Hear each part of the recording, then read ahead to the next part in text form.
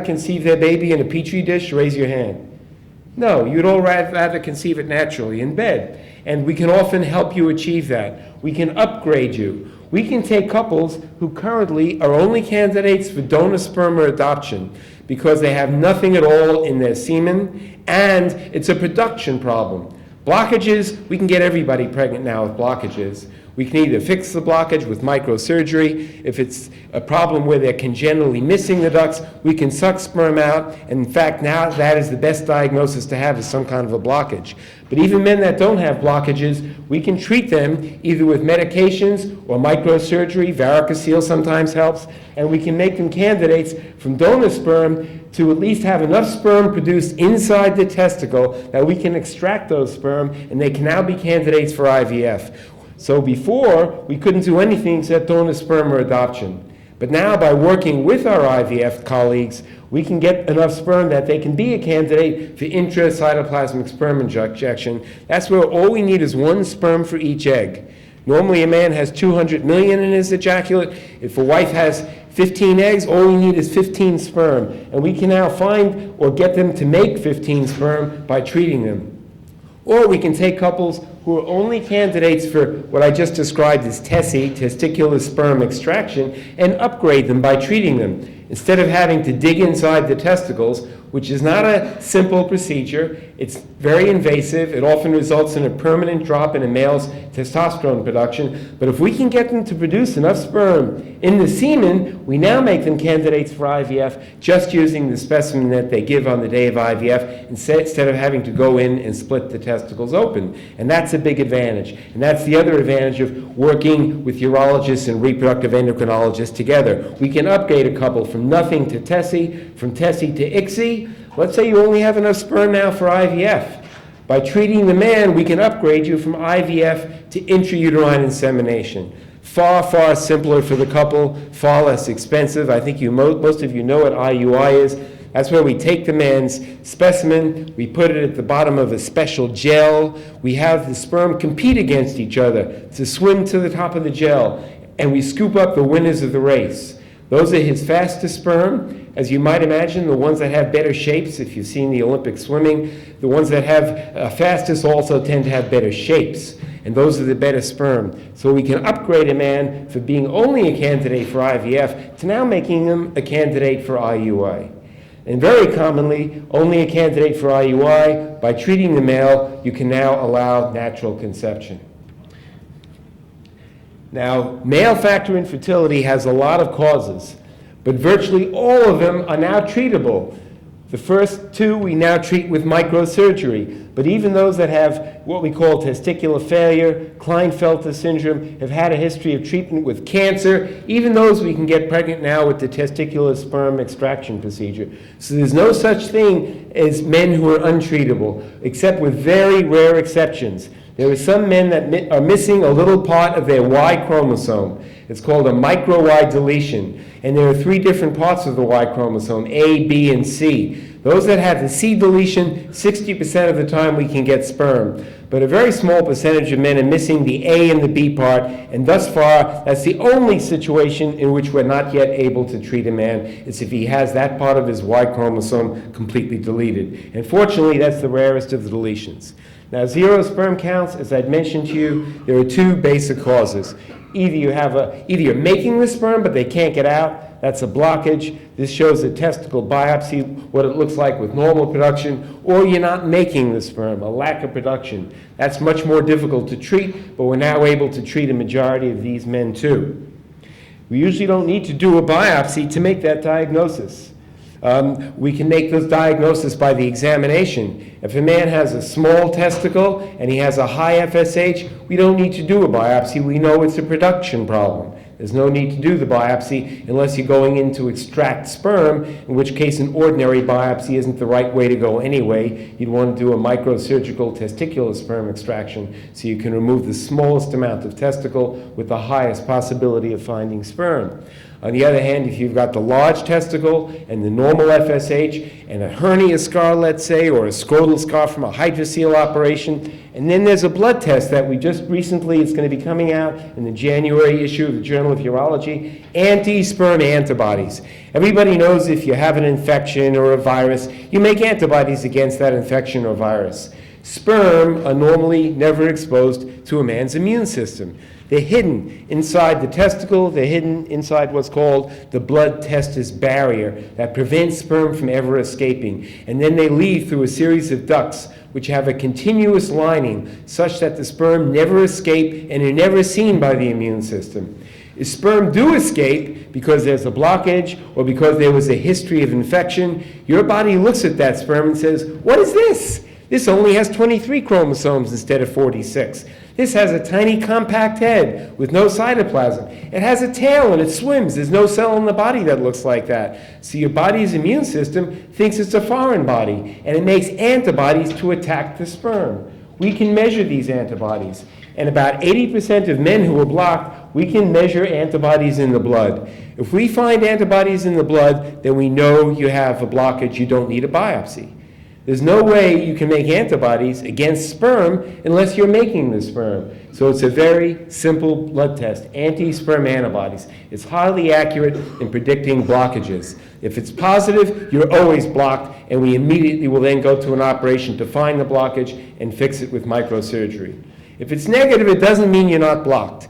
That's the one situation in which we still will do a diagnostic testis biopsy. If a man has a negative antibody test, but the FSH is normal and the testicles feel normal, and maybe the ducts are a little bit swollen or they're not, and we're not sure. And even in those cases, when we do the biopsy, if it turns out it is a blockage and we find sperm, we freeze that sperm. So every biopsy can potentially not only be useful for diagnosis, but we can use the sperm that we got from that to freeze. So a man should not have a diagnostic biopsy unless the facility where it's being done has the ability to freeze any sperm that he finds so that those sperm won't be wasted. Now, if it's a blockage and we can feel that he's not born completely without the ducts, we can fix the blockage. Blockages can occur anywhere. The most common place, if it's from a hernia operation, is the vas deferens. If it's in the epididymis, it's either from an infection called epididymitis. That's rare in this population. That's usually a sexually transmitted disease. More commonly, in this population, we'll see it from an operation, such as a hydrocele operation or an orchidopexy to prevent torsion where the stitch went through the epididymis instead of through the coating of the testis. The epididymis is a 15-foot long, tightly coiled duct. It's actually 15 feet that fits into something smaller than my pinky, draped behind the testis. You know what the epididymis is like? It's a swimming school for sperm. All that duct fitting into that little space, it's like the payas. That's what it's like. Efferent ducts, that's a rare place for blockage. Ejaculation ducts, men who have this problem, usually we can tell because they have a very low volume of semen. A small amount of fluid comes out. And occasionally it's due to a cyst in the prostate, and we can go in through the penis and we can open that cyst up and relieve the blockage. Microsurgical repair of blockages is the highest success rate of any treatment for infertility. So the best thing for a man to have is a blockage.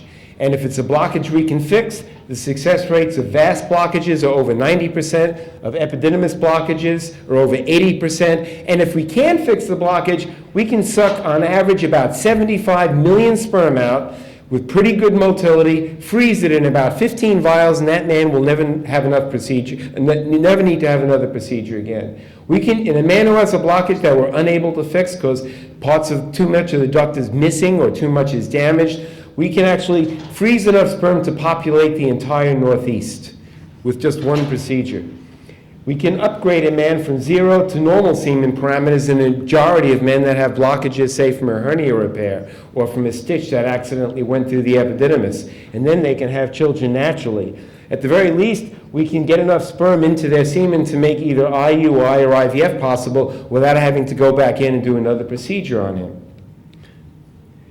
In men that have blockages of the vas deferens, in my practice, the most common cause of that actually is vasectomy. I don't see that in this population. In this population, it's from hernia repairs or hydrocele repairs or some kind of surgery a man had when he was younger, or occasionally he's born with a blockage that we can fix.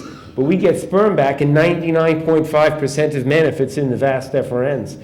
And they naturally conceive 54% of the time. And if you eliminate couples where the wife has a problem, the pregnancy rate naturally is 64%. And if the blockage is less than 15 years since the blockage happened, let's say you had a hernia repair when you're 25 and you're coming to see me now when you're 30, the pregnancy rate in that group is 84% if the female age is under 35. What about upgrading from IVF to IUI? 40 to 50% of patients, as you saw, are not able to impregnate even though they got sperm back after the microsurgery. But we can now use that for IUI. We can take the fresh motile sperm without having to do IVF, and that can overcome a somewhat low count or poor swimming ability. And then they won't need another procedure because they'll have sperm back in their semen, so you won't have to keep going back to the testicle to get sperm. One thing you remember, every time you go into the testicle to get sperm, you're removing a piece of the testicle. And every time you remove a piece of the testicle, not only are you removing the parts that make sperm, you're removing the parts that make the male hormone. So every time a man has an operation, taking a piece of his testicle out, he's having a drop in the number of cells that make the male hormone testosterone. And as I'd mentioned earlier, that has an effect on his general overall health. Anti-sperm antibodies sometimes don't go away after a blockage. And IUI is successful in treating that. Sometimes we can treat those men with steroids, and we can wash the antibodies off and then use it for IUI or IVF. In addition, IVF is much more expensive than treating a blockage. This is an analysis that was done by my former student, Dr. Schlegel, and one of my fellows, Dr. Lee. And this is another study coming from a different group showing that, and this is in Europe, that the cost of a delivery with IVF is almost 4 or 5 times higher than the cost of a delivery if we're able to actually fix the blockage. In addition, in this population where you're looking to have many children, do you want to have to go through IVF every single time? If you want to have 10 children, much better to fix the problem if you can and allow you to conceive naturally, or at least allow you to conceive with IUI. Electroejaculation we use in some men that are either not able to ejaculate because of neurological problems, diabetes, or some other physical problem, paralysis, and there's a significant number of men who simply are unable to ejaculate. And if we're not able to treat them with sex therapy and they're still not able to ejaculate, we can stimulate them. We have to put them to sleep unless they're paralyzed, and the success rate of that is almost over 90% for getting very good sperm. So that's a successful treatment for men who have an ejaculation. They simply are not able to ejaculate. Ejaculatory duct blockage, which is due to a cyst in the prostate right here, we can treat those men. They usually have a low volume of semen. They don't have any of the fruit sugar that nourishes the sperm because the seminal vesicles are blocked. We diagnose it by doing a vasography at the same time. If we see that it's within reach of the instrument, we can fix it with an operation called transurethral resection of the ejaculatory ducts. By far the most common cause of low counts, as opposed to zero counts, is varicocele. Varicocele was known to cause infertility 2,000 years ago. This is a quote from Celsus in the 1st century. Veins that are swollen and twisted over the testicle, which become smaller than its fellow. So they recognized 2,000 years ago that this bag of veins damaged the testicle. The very simple current definition that Stu Harris came up with is simply that the veins are dilated, they're enlarged. It's exactly the same condition as varicose veins in the legs. It's exactly the same condition as varicose veins in the rectal area that we call hemorrhoids. But when they occur in the legs and when they occur back here, they don't heat up the testicle. One of the reasons you know that men should go to cool mikvahs if they're trying to have children is because testes are exquisitely temperature sensitive. And varicoceles elevate testicular temperature by 1 to 2 degrees centigrade. The enzymes inside the testicle that are responsible for sperm production and hormone production work best at a temperature about 3 to 4 degrees centigrade below your body's rectal temperature. Men who have varicoceles are only halfway that low. They have an elevation of 1 to 2 degrees centigrade, which is enough to cause infertility.